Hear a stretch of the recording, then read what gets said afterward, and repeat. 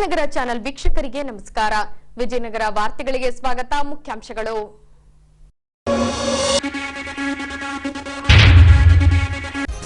ಪ್ರಕಟಗೊಂಡ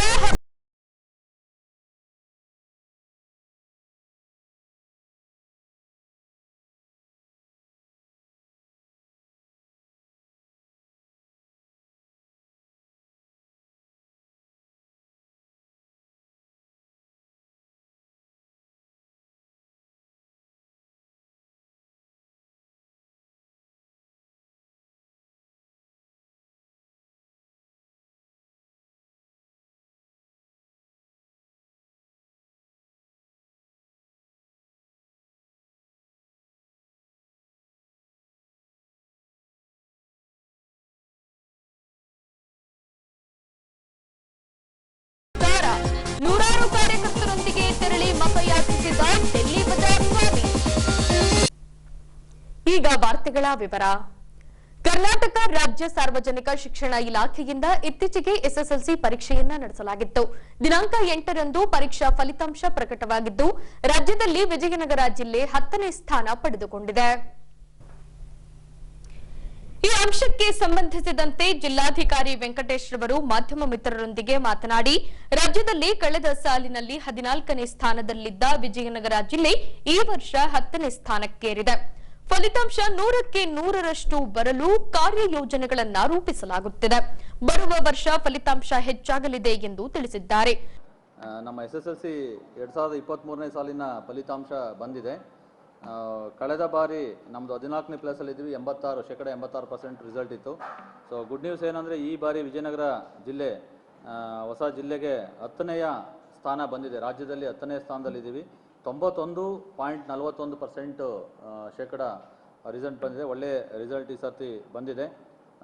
DDP ಅವರು ಇಲ್ಲೇ ಇದ್ದಾರೆ, ಅವರಿಗೆ ನಾನು ಜಿಲ್ಲಾಡಳಿತದ ಪರವಾಗಿ ಧನ್ಯವಾದಗಳನ್ನ ಅರ್ಪಿಸ್ತೀನಿ. ಅದೇ ರೀತಿ ಇನ್ನೂ ಕೂಡ ಇದಿಷ್ಟೇ ಅಲ್ಲ, ನಾವು ಈಗಾಗಲೇ ಸಾಕಷ್ಟು ಸೀರೀಸ್ ಆಫ್ ಮೀಟಿಂಗನ್ನು ಸೆಪ್ಟೀಸ್ ಅಂಡರ್ನಲ್ಲಿ ನಾವು ಡಿಸ್ಕಷನ್ ಮಾಡ್ತಾ ಇದ್ವಿ. ಸೊ ಪ್ರೇಮ್ ಜಿ ಅವರನ್ನ ಮೆಂಬರನ್ನು ಒಂದು ಹಾಕ್ಕೊಂಡು ಒಂದು ಕಮಿಟಿಯನ್ನು ಮಾಡ್ಕೊಂಡು DC ಅಧ್ಯಕ್ಷತೆಯಲ್ಲಿ ಇನ್ನೂ ಬೆಟರ್ ಎಜುಕೇಷನ್ ಕ್ವಾಲಿಟಿ ಇಂಪ್ರೂವ್ ಮಾಡಲಿಕ್ಕೆ ಏನು ಮೆಥಡಾಲಜಿನ ಅಡಾಪ್ಟ್ ಮಾಡ್ಕೋಬೋದು, ಇನ್ನೂ ಒಳ್ಳೆ ರಿಸಲ್ಟನ್ನು ಕೊಡಲಿಕ್ಕೆ ವೈ ಕಾಂಟ್ ವಿ ರೀಚ್ 100% ಅನ್ನೋದು ಡಿಸ್ಕಷನ್ಸ್ ಈಗಾಗಲೇ ಮಾಡ್ತಾ ಇದ್ದೀವಿ. ಸೊ ಆ ನಿಟ್ಟಿನಲ್ಲಿ ಈ ಸರ್ತಿ 91.41% ನಮ್ಮ ಜಿಲ್ಲೆಗೆ ಬಂದಿರೋದು ಭಾಳ ಸಂತೋಷದ ವಿಚಾರ ಅಂತ ಈ ಮುಖಾಂತರ ನಿಮಗೆ ಹೇಳಲಿಕ್ಕೆ ಇಷ್ಟಪಡ್ತೀನಿ. ಏನು ಹೇಳಿದೆ ಅಂದರೆ, ನಮ್ಮ ಜಿಲ್ಲೆದು ರಿಸಲ್ಟ್ ಎಷ್ಟಿದೆ, ಯಾಕೆ ಅಷ್ಟು ಕಡಿಮೆ ಬರ್ತಾ ಇದೆ? ನಾರ್ತ್ ಭಾಗದಲ್ಲಿ ಯಾವಾಗಲೂ ಕೂಡ ಕಡಿಮೆ ಬರ್ತದೆ. We are not going to reach up to the coastal line of the result. ಆ ಥರ ಬರೋಲ್ಲ ಯಾವಾಗಲೂ. ಯಾಕೆ ನಮ್ಮಲ್ಲಿ ಮಾಡಬಾರ್ದು? ಒಂದಷ್ಟು ಮೆಥಡಾಲಜಿನ ಚೇಂಜ್ ಮಾಡಿ ನಿಮ್ಮ ಟೀಚರ್ಗೆ ಓರಿಯೆಂಟೇಷನ್ ಪ್ರೋಗ್ರಾಮ್ಸ್ಗಳನ್ನು ಮಾಡಿಸೋಣ, ಒಂದು ಒಳ್ಳೆ ಇದನ್ನು ಮಾಡಬೇಕು ಸರ್ ಎಂದಾಗ he has started taking the meeting, serious continuous meeting of the BRC and BEO. ಜೊತೆಗೆ ಸ್ವಲ್ಪ ಅಂದರೆ ನಾವು ಕೇಳ್ತಾ ಇದ್ದಾರೆ, ಸ್ವಲ್ಪ ಏನಾದ್ರು ಇಂಪ್ರೂವ್ ಮಾಡಲೇಬೇಕು ಅನ್ನೋಂಥದ್ದು ಒಂದು ಇದು ಇತ್ತು, ಎಲ್ಲ ಅರ್ಜಿ ಇತ್ತು ಎಲ್ಲರಲ್ಲೂ ಬಹುಶಃ. ಆ ನಿಟ್ಟಿನಲ್ಲಿ ಸೊ DDP ಕೂಡ regular conversations with the BEOs and BRC ಸ್ವಲ್ಪ ಇಂಪ್ರೂವ್ ಆಗಿದೆ ಅಂತ ಅಂದ್ಕೊಳ್ತೀನಿ. ಬಟ್ ಮೆಥಡಾಲಜಿ ಅಂತೂ ನಾವು ಚೇಂಜ್ ಮಾಡ್ಕೋಬೇಕಾಗತ್ತೆ. ಒಂದು ಒಳ್ಳೆ ಮೆಥಡಾಲಜಿ ಅಳವಡಿಸ್ಕೊಂಡ್ರೆ ಖಂಡಿತ 100% ರೀಚ್ ಆಗ್ಬೋದು. ನೋಡೋಣ, ಮುಂದಿನ ದಿನದಲ್ಲಿ ವಿಲ್ ಪುಟ್ ಎಫರ್ಟ್. ಬಳಿಕ ವಿಜಯನಗರ ಜಿಲ್ಲೆ ಸಾರ್ವಜನಿಕ ಶಿಕ್ಷಣ ಇಲಾಖೆಯ ಉಪನಿರ್ದೇಶಕರು ಮಾತನಾಡಿ, ಫಲಿತಾಂಶವನ್ನ ಹೆಚ್ಚಿಸುವ ನಿಟ್ಟಿನಲ್ಲಿ ಶಿಕ್ಷಕರಿಗೆ ವಿಷಯವಾರು ಕ್ಲಬ್ಗಳನ್ನು ನಡೆಸಲಾಗಿತ್ತು. ಕಿರುಪರೀಕ್ಷೆಗಳಲ್ಲಿ ಕಡಿಮೆ ಅಂಕ ಪಡೆದ ವಿದ್ಯಾರ್ಥಿಗಳಿಗೆ ಸಂಪನ್ಮೂಲ ವ್ಯಕ್ತಿಗಳಿಂದ ವಿಶೇಷ ತರಗತಿ ಕೈಗೊಂಡ ಭಾಗವಾಗಿ ರಾಜ್ಯದಲ್ಲಿ ನಮ್ಮ ಜಿಲ್ಲೆ 14ರಿಂದ 10ನೇ ಸ್ಥಾನ ಪಡೆಯಲು ಸಾಧ್ಯವಾಗಿದೆ. ಫಲಿತಾಂಶ ಹೆಚ್ಚಿಸಲು ಮಾರ್ಗಸೂಚಿ ನೀಡಿದ ಜಿಲ್ಲಾಡಳಿತಕ್ಕೆ ಹಾಗೂ ಗುರುವೃಂದಕ್ಕೆ ಅಭಿನಂದನೆ ತಿಳಿಸಿದ್ದಾರೆ. ನಾವು ಮಾಡಿರುವಂಥ ಕಾರ್ಯಕ್ರಮಗಳಲ್ಲಿ ಸರ್, ಒಂದು ವಿಷಯವಾರು ಶಿಕ್ಷಕರ ಕ್ಲಬ್ಗಳನ್ನು ರಚನೆ ಮಾಡಿದ್ವಿ. ಎಲ್ಲ ವಿಷಯಗಳು ಕೂಡ ಲ್ಯಾಂಗ್ವೇಜು ಮತ್ತು ಕೋರ್ ಸಬ್ಜೆಕ್ಟ್ ಆ ಹಂತದಲ್ಲಿ ಶಿಕ್ಷಕರು ಅವರು ಪ್ರತಿ ತಿಂಗಳು ಸಭೆ ಸೇರಿ ತಾಲೂಕು ಹಂತಗಳಲ್ಲಿ ಸಭೆ ಸೇರಿ ವಿಷಯದ ಕ್ಲಿಷ್ಟಾಂಶಗಳ ಬಗ್ಗೆ ಅವರ ಮಾಹಿತಿಗಳನ್ನು ಸಂಗ್ರಹಿಸಿ ಇವುಗಳನ್ನು ಹೇಗೆ ಬಗೆಹರಿಸಬೇಕು ಅನ್ನೋದು ಅವರ ಹಂತದಲ್ಲಿ ಮಾಡಿಕೊಂಡಿರುವಂಥ ಕಾರ್ಯಕ್ರಮಗಳು. ಹಾಗೆಯೇ ಇನ್ನೊಂದು ವಿಶೇಷವಾಗಿ ಏನಂದರೆ, ನಮ್ಮಲ್ಲಿ ಡಿಸೆಂಬರ್ ನಂತರ ಏನು ಟೆಸ್ಟ್ಗಳು ನಡೀತು, SLC ಟೆಸ್ಟ್ಗಳು ನಡೀತು, ಅವುಗಳಲ್ಲಿ C+ ಮತ್ತು C ಗ್ರೇಡ್ ತಗೊಂಡಂಥ ವಿದ್ಯಾರ್ಥಿಗಳ ಪಟ್ಟಿ ಮಾಡಿ ಅವರನ್ನು ನಾವು ಪುಷ್ ಮಾಡಿದರೆ ಖಂಡಿತವಾಗಲೂ ಕೂಡ ಪಾಸಿಂಗ್ ಪ್ಯಾಕೇಜು ತುಂಬ ಚೆನ್ನಾಗಾಗುತ್ತೆ ಅನ್ನೋದು ನಮ್ಮದು ಒಂದು ಉದ್ದೇಶ ಇತ್ತು, ಇಲಾಖೆ ನಿರ್ದೇಶನ. ಹಾಗಾಗಿ ಆ ಮಕ್ಕಳಿಗೆ ನಾವೇ ಹೇಳಿದರೆ ಒಂದು ರೀತಿ ಒಂದು ನೀರಸ ಮನೋಭಾವ ಬರ್ಬೋದನ್ನೋ ಕಾರಣಕ್ಕಾಗಿಯೇ ವಿಶೇಷವಾಗಿ ನಮ್ಮ ಶಿಕ್ಷಣ ತಜ್ಞರಾಗಿರುವಂತಹ ಗುರುರಾಜ್ ಕರ್ಜಿಗೆ ಅವರನ್ನು ಆಹ್ವಾನಿಸಿದ್ವಿ. ಅದೇ ರೀತಿ ಇವರು ನಂದೀಶ್ ಶೆಟ್ಟರ್ ಅಂತೇಳಿ ಅವರನ್ನು ಕೂಡ ಆಹ್ವಾನಿಸಿ ಅವರಿಗೆ ಮಕ್ಕಳಿಗೆ ಮತ್ತು ಶಿಕ್ಷಕರಿಗೆ ಪ್ರೇರಣೆಯನ್ನು ನೀಡಿ ಅತ್ಯಂತ ಉತ್ತಮ ಫಲಿತಾಂಶ ಬರಲಿಕ್ಕೆ ಏನೆಲ್ಲ ಕಾರ್ಯಕ್ರಮ ಮಾಡಬೇಕು ಅನ್ನೋದನ್ನು ನಾವು ಹೇಳಿದ್ದಾರೆ. ಅದು ಒಂದು ಅತ್ಯಂತ ನಮಗೆ ವರ್ಕೌಟ್ ಆಗಿದೆ ಸರ್. ಹಾಗೆ ಪ್ರತಿದಿನ ಬೆಳಗ್ಗೆ ಮತ್ತು ಸಾಯಂಕಾಲ ವಿಶೇಷ ತರಗತಿಗಳನ್ನು ತಗೊಂಡಿರುವಂಥದ್ದು. ನಾವು ಚಿತ್ರಕಲೆಗೆ ಸಂಬಂಧಪಟ್ಟಂತೆ ಚಿತ್ರಕಲಾ ಶಿಕ್ಷಕರು ಇಲ್ಲದೇ ಇರುವಂಥ ಶಾಲೆಗಳಿಗೆ ಒಂದು ವಾರಗಳ ಕಾಲ ನಿಯೋಜನೆ ಮಾಡಿ ಚಿತ್ರಗಳನ್ನು ಹೇಗೆ ಬಿಡಿಸಬೇಕು ಅನ್ನೋದರ ಕೌಶಲ್ಯಗಳನ್ನು ಕಲಿಸಿರುವಂಥದ್ದು. ಇವೆಲ್ಲವುಗಳ ಹಿನ್ನೆಲೆಯಲ್ಲಿ ಉತ್ತಮ ಫಲಿತಾಂಶ ಬರಲಿಕ್ಕೆ ಸಾಧ್ಯತೆ ಆಗಿದೆ ಅಂತ ನಾನು ಭಾವಿಸ್ಕೊಂಡಿದ್ದೀನಿ ಸರ್. ಆರಂಭದಲ್ಲಿ ನಮ್ಮದೇನು ಉದ್ದೇಶ ಇತ್ತು 86% ಇತ್ತು ಲಾಸ್ಟ್ ಇಯರ್ ನಮ್ಮದು ವಿಜಯನಗರ ಜಿಲ್ಲೆ. ಕನಿಷ್ಠ 5% ಆದರೂ ಮಾಡಬೇಕೆಂಬುದು ನಮ್ಮದು ಉದ್ದೇಶ ಇತ್ತು. ಹಾಗಾಗಿ ಅಂದ್ಕೊಂಡ ಹಾಗೆ 5% ಎಕ್ಸಸ್ ಆಗಿದೆ, ಹೆಚ್ಚಿಗೆ ಫಲಿತಾಂಶ ಬಂದಿದೆ. ಮುಂದಿನ ವರ್ಷವೂ ಕೂಡ ಇನ್ನೂ ಉತ್ತಮ ಫಲಿತಾಂಶ ಬರಲಿಕ್ಕೆ ನನ್ನ ಜಿಲ್ಲಾಧಿಕಾರಿಗಳು ಹೇಳಿರೋ ಪ್ರಕಾರ 100% ಬರಲಿಕ್ಕೆ ಪ್ರಯತ್ನ ಮಾಡಂತ ಹೇಳಿದ್ದಾರೆ. ಆ ನಿಟ್ಟಿನಲ್ಲಿ ಎಲ್ಲರ ಸಹಕಾರದಿಂದ ನಾನು 100% ಫಲಿತಾಂಶವನ್ನು 2024ರಲ್ಲಿ ನಾವು ನಿರೀಕ್ಷೆ ಮಾಡ್ತಿದ್ದೀವಿ ಸರ್. ದಿನಾಂಕ 10ರಂದು ಬೆಳಗ್ಗೆ 7ರಿಂದ ಸಂಜೆ 6ರವರೆಗೆ ಮತದಾನ ಪ್ರಕ್ರಿಯೆ ನಡೆಯಲಿದೆ. ವಿಜಯನಗರ ಜಿಲ್ಲೆಯಲ್ಲಿ ಬರುವ 5 ವಿಧಾನಸಭಾ ಕ್ಷೇತ್ರದಲ್ಲಿ 10,92,11 ಮತದಾರರಿದ್ದು 1,219 ಮತಗಟ್ಟೆಗಳಲ್ಲಿ ಮತ ಚಲಾಯಿಸಲು ಸಕಲ ಸಿದ್ಧತೆಗಳನ್ನು ಮಾಡಲಾಗಿದೆ. ದಿನಾಂಕ 10ರಂದು ನಡೆಯಲಿರುವ ವಿಧಾನಸಭಾ ಚುನಾವಣೆ ಕುರಿತಾಗಿ ಸುದ್ದಿಗೋಷ್ಠಿ ಕೈಗೊಂಡು ಸಿದ್ಧತೆ ಕುರಿತು ಮಾಹಿತಿ ನೀಡಿದ ಜಿಲ್ಲಾಧಿಕಾರಿ ವೆಂಕಟೇಶ್ ರವರು ವಿಜಯನಗರ ಜಿಲ್ಲಾ ವ್ಯಾಪ್ತಿಯಲ್ಲಿ ಬರುವ 5 ವಿಧಾನಸಭಾ ಕ್ಷೇತ್ರದಲ್ಲಿ 1,219 ಮತಗಟ್ಟೆಗಳನ್ನು ತೆರೆಯಲಾಗಿದೆ. ಈ ಚುನಾವಣೆಯಲ್ಲಿ 10,92,11 ಮತದಾರ ಅಂತಿಮ ಪಟ್ಟಿ ಸಿದ್ಧಗೊಳಿಸಲಾಗಿ ಇವರೆಲ್ಲರೂ ಮತಗಟ್ಟೆಗೆ ಆಗಮಿಸಿ ಮತ ಚಲಾಯಿಸಲು ಸಕಲ ಸಿದ್ಧತೆ ಮಾಡಲಾಗಿದೆ. ಅದೇ ರೀತಿ ವಿಶೇಷ ಹಾಗೂ ಮಾದರಿ ಮತಗಟ್ಟೆಗಳನ್ನು ಕೂಡ ತೆರೆಯಲಾಗಿದೆ. ಚುನಾವಣೆ ನಡೆಸಲು ಬೇಕಾದ ಅಗತ್ಯ ಸಿಬ್ಬಂದಿ ವರ್ಗವನ್ನ ನೇಮಿಸಲಾಗಿದೆ ಎಂದು ಮಾಹಿತಿ ನೀಡಿದ್ದಾರೆ. ವಿಜಯನಗರ 5 ಕ್ಷೇತ್ರಗಳಿಗೆ ಸಂಬಂಧಪಟ್ಟಂತೆ ವಿಜಯನಗರ ಜಿಲ್ಲೆಯಿಂದ ನಾವೀಗ 10,92,11 ಮತದಾರರನ್ನು ಇಟ್ಕೊಂಡು ಅಂತಿಮವಾಗಿ ಕಣದಲ್ಲಿ ಇಟ್ಕೊಂಡು ಅಷ್ಟು ಮತದಾರರ ಕಡೆಯಿಂದ ನಾವು ಚುನಾವಣೆಯನ್ನು ಮಾಡಲಿಕ್ಕೆ ಎಲ್ಲ ಸಿದ್ಧತೆಗಳನ್ನು ಮಾಡ್ಕೊಂಡಿದ್ದೀವಿ. ಒಟ್ಟು ವಿಜಯನಗರ ಜಿಲ್ಲೆಯಲ್ಲಿ ನಮಗೆ 1,219 ಒಟ್ಟು ಮತಗಟ್ಟೆಗಳಿದ್ದಾವೆ. ಮತದಾನ ದಿನಾಂಕ 10/5/23ರಂದು ಬೆಳಗ್ಗೆ 7ರಿಂದ ಸಂಜೆ 6 ಗಂಟೆವರೆಗೆ ಮತದಾನ ನಡೆಯುತ್ತದೆ. ಅದಕ್ಕೆ ಸಂಬಂಧಪಟ್ಟಂತೆ ಮತದಾರರು ತಮ್ಮ ಗುರುತಿನ 12 ಗುರುತಿನ ಚೀಟಿಗಳೇನಿದ್ದಾವೆ, ಬೇರೆ ಆಧಾರ್ ಕಾರ್ಡು ಅಥವಾ ಬ್ಯಾಂಕ್ ಪಾಸ್ಪೋರ್ಟ್ ಅಥವಾ ನರೇಗಾ ಕಾರ್ಡ್ ಇರ್ಬೋದು, ಜಾಬ್ ಕಾರ್ಡ್ ಇರ್ಬೋದು, ಅಥವಾ ಲೇಬರ್ ಡಿಪಾರ್ಟ್ಮೆಂಟಿನ ಜಾಬ್ ಕಾರ್ಡ್ ಇರ್ಬೋದು ಇತ್ಯಾದಿಗಳ ಎಲಿಜಿಬಿಲಿಟಿನ ಇಟ್ಕೊಂಡು ಅವರು ವೋಟನ್ನು ಮಾಡಬಹುದು. ಇದ್ರ ಜೊತೆಗೆ ನಾವು ಒಟ್ಟು 1,219 ಮತಗಟ್ಟೆಗಳಲ್ಲಿ 214 ಮತಗಟ್ಟೆ ಕೇಂದ್ರಗಳನ್ನು ಕ್ರಿಟಿಕಲ್ ಪೋಲಿಂಗ್ ಸ್ಟೇಷನ್ ಅಂತೇಳಿ ಕನ್ಸಿಡರ್ ಮಾಡಿ ನಾವು ಅದರ ವರದಿಯನ್ನು ಇಟ್ಕೊಂಡಿದ್ದೀವಿ. 244 ಕ್ರಿಟಿಕಲ್ ಪೋಲಿಂಗ್ ಸ್ಟೇಷನ್ಸ್ ಇದ್ದಾವೆ. ಅದರ ಜೊತೆಯಲ್ಲಿ 283 ಕ್ಲಸ್ಟರ್ ಬೂತ್ಗಳಿದ್ದಾವೆ. ಅಂದರೆ 1ಕ್ಕಿಂತ ಜಾಸ್ತಿ 6 ಮತಗಟ್ಟೆ ಒಳಗಿರುವಂಥ ಕ್ಲಸ್ಟರ್ ಬೂತ್ಗಳಿದ್ದಾವೆ. ಎಲ್ಲ ಕ್ಲಸ್ಟರ್ ಬೂತ್ಗಳಿಗೆ ಕೂಡ ನಾವು ಮೈಕ್ರೋ ಅಬ್ಸರ್ವರ್ನ ಡೆಪ್ಲಾಯ್ ಮಾಡಿದ್ದೀವಿ. ಮತ್ತು ಜಿಲ್ಲೆಯಲ್ಲಿರುವಂಥ 1,219 ಮತಗಟ್ಟೆಗಳಲ್ಲಿ 50% ವೆಬ್ಕಾಸ್ಟಿಂಗನ್ನು ಕೂಡ, ಅಂದರೆ ಸುಮಾರು 619 ಮತಗಟ್ಟೆಗಳಲ್ಲಿ ನಾವು ಏಕಕಾಲಕ್ಕೆ ವೆಬ್ಕಾಸ್ಟಿಂಗನ್ನು ವ್ಯವಸ್ಥೆ ಮಾಡಿದ್ದೀವಿ. ಮತ್ತು ವಿಶೇಷ ಮತಗಟ್ಟೆಗಳನ್ನು ಕೂಡ ನಾವು ಸಿದ್ಧಪಡಿಸ್ಕೊಂಡಿದ್ದೀವಿ. 12 ಸಖಿ ಮತಗಟ್ಟೆಗಳಿದ್ದಾವೆ, ವಿಶೇಷಚೇತನರು 5 ಮತಗಟ್ಟೆಗಳು ಮತ್ತು ಯುವ ಮತಗಟ್ಟೆಗಳು 5 ಹಾಗೂ ಮಾದರಿ ಮತಗಟ್ಟೆಗಳು 25 ಒಟ್ಟು ಜಿಲ್ಲೆಯಲ್ಲಿ ಇದ್ದಾವೆ. ಇದ್ರ ಜೊತೆಗೆ 1,465 ಕಂಟ್ರೋಲ್ ಯೂನಿಟು, 1,465 ಬ್ಯಾಲೆಟ್ ಯೂನಿಟು, ಜೊತೆಗೆ 1,588 ವಿವಿಪ್ಯಾಟ್ಗಳನ್ನು ನಾವು as per the EVM protocol ಪ್ರಕಾರ ಅವುಗಳನ್ನು ಕಮಿಷನಿಂಗ್ ಮಾಡಿ ಎಲ್ಲವನ್ನು ಕೂಡ ಸಂಬಂಧಪಟ್ಟ ಕಾನ್ಸ್ಟಿಟ್ಯೂನ್ಸಿಗೆ ಕೊಟ್ಟಿದ್ದೀವಿ. ಆ ಕಾನ್ಸ್ಟಿಟ್ಯೂನ್ಸಿಯಿಂದ ನಾಳೆ ಬೆಳಗ್ಗೆ ಮಸ್ಟ್ರಿಂಗ್ ಶುರುವಾಗುತ್ತೆ 8 ಗಂಟೆಗೆ. ಸಂಬಂಧಪಟ್ಟಂಥ ರೆಸ್ಪೆಕ್ಟಿವ್ ಕಾನ್ಸ್ಟಿಟ್ಯೂನ್ಸಿಗಳಿಂದ ಮಸ್ಟಿಂಗ್ ಸಮಯಕ್ಕೆ ಎಲ್ಲ EVMಗಳು ಮತ್ತು ಎಲೆಕ್ಷನ್ ಮಟೀರಿಯಲ್ ಜೊತೆ ಮತ್ತು ಎಲೆಕ್ಷನ್ ಸಿಬ್ಬಂದಿ ಜೊತೆ ವಿತ್ ಸೆಕ್ಯೂರಿಟಿ ಅವರು ನಾಳೆ ಸಂಜೆ ಒಳಗಡೆ ಮತಗಟ್ಟೆಗಳನ್ನ ರೀಚ್ ಮಾಡಲಿಕ್ಕೆ ಹೇಳ್ತಾರೆ. ರೀಚ್ ಆದ ನಂತರ ನಾವು 10 ಗಂಟೆಗೆ ರೀಚ್ ಆದ ತಕ್ಷಣ 10ನೇ ತಾರೀಕು ಮತದಾನ ಕೇಂದ್ರಕ್ಕೆ ನಾವು ಎಲ್ಲ ಬಂದೋಬಸ್ತ್ ಜೊತೆಗೆ ಸಿದ್ಧತೆಯನ್ನು ಮಾಡ್ಕೊಂಡಿದ್ದೀವಿ. ಎಲ್ಲ ಸಾರ್ವಜನಿಕರಲ್ಲಿ ನಾನು ವಿಜಯನಗರ ಜಿಲ್ಲೆಯಲ್ಲಿ ಮನವಿ ಮಾಡ್ತೀನಿ, ಯಾರೊಬ್ಬರು ಕೂಡ ಮಿಸ್ ಮಾಡದೆ ಎಲ್ಲರೂ ಕೊಂಡು ಮತಗಟ್ಟೆ ಕೇಂದ್ರಕ್ಕೆ ಬಂದು ಮತವನ್ನು ಚಲಾವಣೆ ಮಾಡಬೇಕು ಅಂತ ಈ ಮುಖಾಂತರ ಕೇಳ್ಕೊಳ್ತೀನಿ. Thank you. ಇನ್ನು ಸುಗಮ ಹಾಗೂ ಶಾಂತತೆಯಿಂದ ಮತದಾನ ನಡೆಸಲು ಸಕಲ ಭದ್ರತಾ ವ್ಯವಸ್ಥೆ ಮಾಡಿಕೊಳ್ಳಲಾಗಿದೆ. ಇದರಲ್ಲಿ ಹೊರ ರಾಜ್ಯದ ಪೊಲೀಸರು ಸೇರಿದಂತೆ ಕೇಂದ್ರ ಭದ್ರತಾ ಪಡೆಗಳನ್ನು ಕರ್ತವ್ಯಕ್ಕೆ ನಿಯೋಜಿಸಲಾಗಿದೆ ಎಂದು ಜಿಲ್ಲಾ ಪೊಲೀಸ್ ವರಿಷ್ಠಾಧಿಕಾರಿ ಹರಿಬಾಬುರವರು ತಿಳಿಸಿದ್ದಾರೆ. ಎಲ್ರಿಗೂ ನಮಸ್ಕಾರ. 2023 ವಿಧಾನಸಭಾ ಚುನಾವಣೆಗೆ ದಿನಾಂಕ 10ರಂದು ನಿಗದಿಯಾಗಿರುವ ಸಂಬಂಧ ಪೊಲೀಸ್ ಇಲಾಖೆ ವತಿಯಿಂದ ಈಗಾಗಲೇ ಸಕಲ ಸಿದ್ಧತೆಗಳನ್ನ ನೀವಾಗಲೇ ಮಾಡ್ಕೊಂಡಿದ್ದೇವೆ. ಚುನಾವಣೆ ದಿನ ಇಡೀ 5 ಕ್ಷೇತ್ರಗಳಲ್ಲಿ ಒಬ್ಬರು SP ಮತ್ತು 5 ಜನ DYSP ಅಧಿಕಾರಿಗಳು, 29 ಇನ್ಸ್ಪೆಕ್ಟರ್ ಮಟ್ಟದ ಅಧಿಕಾರಿಗಳು, ಅದೇ ರೀತಿ 37 ಜನ ಸಬ್ ಇನ್ಸ್ಪೆಕ್ಟರ್ ದರ್ಜೆ ಅಧಿಕಾರಿಗಳು, 109 ಜನ AS ಅಧಿಕಾರಿಗಳು, 1884 ಜನ ಪೊಲೀಸ್ ಕಾನ್ಸ್ಟೇಬಲ್ ಮತ್ತು ಹೆಡ್ ಕಾನ್ಸ್ಟೇಬಲ್ ಹಾಗೂ ಹೋಮ್ ಗಾರ್ಡ್ಸ್ ಇಷ್ಟು ಜನ ಕೆಲಸ ಮಾಡೋದ್ರ ಜೊತೆಗೆ ಸ್ಟ್ರೈಕಿಂಗ್ ಫೋರ್ಸ್ ಆಗಿ CRPFನ 14 ಕಂಪನಿಗಳು, ಈಗಾಗಲೇ 3 ITBP ಕಂಪನಿಗಳು, 6 CRPF ಕಂಪನಿಗಳು, 3 ಮಣಿಪುರ್ ಕಂಪನಿಗಳು, 2 ಮಿಜೋರಾಂ ಕಂಪನಿಗಳು ಈಗಾಗಲೇ ಕಳೆದ 10 ದಿನದಿಂದ ನಮ್ಮ ಜಿಲ್ಲೆಯಲ್ಲಿ ಕೆಲಸ ಮಾಡ್ತಾ ಇದ್ದಾರೆ. ಇವರ ಜೊತೆಗೆ ಪ್ರತಿ ಕಾನ್ಸ್ಟಿಟ್ಯೂನ್ಸಿಗೆ 5 ಒಂದೊಂದು ರಂತೆ 5 KSRP ಸ್ಟ್ರೈಕಿಂಗ್ ಫೋರ್ಸ್ಗಳು ಕೂಡ ಈಗ ಕೆಲಸ ಮಾಡ್ತಾ ಇದೆ. ತಮ್ಮೆಲ್ಲರಿಗೂ ಗೊತ್ತಿರೋ ಹಾಗೆ ಸಾಕಷ್ಟು ಕಡೆ ನಮ್ಮ ರೂಟ್ ಮಾರ್ಚ್ಗಳು ಮಾಡಿದ್ದಾರೆ ಇಡೀ ಜಿಲ್ಲಾದ್ಯಂತ.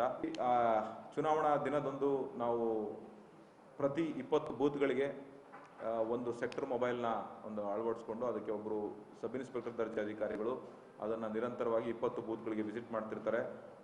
ಇದರ ಮೇಲ್ಗಡೆ ಇನ್ಸ್ಪೆಕ್ಟರ್ ದರ್ಜೆಯ 16 ಮೊಬೈಲ್ಗಳು ಮತ್ತು SDPO ಅಂದರೆ DYSP ಮಟ್ಟದ ಅಧಿಕಾರಿಗಳು ಕೂಡ ಪೆಟ್ರೋಲಿಂಗ್ನಲ್ಲಿರ್ತಾರೆ. ಅವ್ರ ಜೊತೆ CRPF ಮತ್ತು ನಮ್ಮ ಪೊಲೀಸ್ ಅಧಿಕಾರಿಗಳು ನಿರಂತರವಾಗಿ ಪೆಟ್ರೋಲಿಂಗ್ ಮಾಡ್ತಾ ಇರ್ತಾರೆ. ಈಗಾಗಲೇ ತಾವು ಸಾಕಷ್ಟು ಇದನ್ನು ನೋಡಿರ್ಬೋದು. ನಮ್ಮ CAPF ಮತ್ತು ನಮ್ಮ ಹೊರಗಡೆಯಿಂದ ಬಂದಿರುವಂಥ ರಾಜ್ಯದ ಪೊಲೀಸರು ಇದಕ್ಕೆ ಸಂಬಂಧಪಟ್ಟಾಗೆ 300 ಜನ ಆಂಧ್ರದಿಂದ ಬಂದಿರುವಂಥ ಪೊಲೀಸರು, ತಿರುಪತಿ ಮತ್ತು ಚಿತ್ತೂರು ಮತ್ತು ಅಣ್ಣಾಮಯ ಡಿಸ್ಟ್ರಿಕ್ಟ್ಗಳಿಂದ 300 ಜನ ಪೊಲೀಸ್ ಕಾನ್ಸ್ಟೇಬಲ್, ಹೆಡ್ ಕಾನ್ಸ್ಟೇಬಲ್ ಮಟ್ಟದ ಅಧಿಕಾರಿಗಳು ಬಂದಿದ್ದಾರೆ. ಅವರ ಜೊತೆಗೆ 300 ಜನ ಅದೇ ತಿರುಪತಿ, ಚಿತ್ತೂರು ಮತ್ತು ಅಣ್ಣಾಮಯ ಡಿಸ್ಟ್ರಿಕ್ಟ್ಗಳಿಂದ 300 ಜನ ಹೋಮ್ ಗಾರ್ಡ್ಸ್ಗಳು ಕೂಡ ಬಂದಿದ್ದಾರೆ ಆಂಧ್ರ ಪ್ರದೇಶದಿಂದ.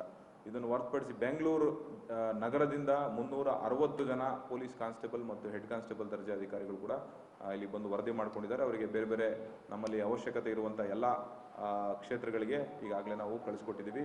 ಮುಖ್ಯವಾಗಿ ಪ್ರತಿ ಬೂತ್ಗೂ ನಮ್ಮ ಪೊಲೀಸ್ ಇರುವ ಹಾಗೆ ನಾವು ನೋಡ್ಕೊಂಡಿದ್ದೀವಿ. ಅದನ್ನು ಹೊರತುಪಡಿಸಿ ಆ ದಿನ ಚೆಕ್ ಪೋಸ್ಟ್ಗಳಾಗಿರ್ಬೋದು, ಫ್ಲೈಯಿಂಗ್ ಸ್ಕ್ವಾಡ್ ಇರ್ಬೋದು, EVM ಗಾರ್ಡ್ ಇರ್ಬೋದು, ಆರ್ಮ್ ಗಾರ್ಡ್ನ ಡಿಸ್ಟ್ರಿಬ್ಯೂಟ್ ಮಾಡ್ತಾ ಇದ್ದೀವಿ. ಆರ್ಮ್ ಗಾರ್ಡ್ಗಳು ಕೂಡ EVM ಸ್ಪೇರ್ ಆರ್ಮ್ ಗಾರ್ಡ್ ಇರುತ್ತೆ, ಅದಕ್ಕೂ ಕೂಡ ನಮ್ಮ ಪೊಲೀಸ್ ಸಿಬ್ಬಂದಿನ ನೇಮಕ ಮಾಡಲಾಗಿದೆ. ಅದೇ ರೀತಿ ಮಸ್ಟ್ರಿಂಗು ಮತ್ತು ಡಿಮಸ್ಟ್ರಿಂಗ್ ಮಾಡುವಂಥ ಸಂದರ್ಭದಲ್ಲೂ ಕೂಡ ನಮ್ಮ ಪೊಲೀಸ್ ಅಧಿಕಾರಿ ಸಿಬ್ಬಂದಿಗಳು ಅವರ ಕರ್ತವ್ಯನ ನಿರ್ವಹಿಸ್ತಾರೆ. ಈಗಾಗಲೇ ಇವತ್ತಿಂದ ಡಿಪ್ಲಾಯ್ಮೆಂಟ್ ಪ್ರಾರಂಭ ಆಗಿದೆ.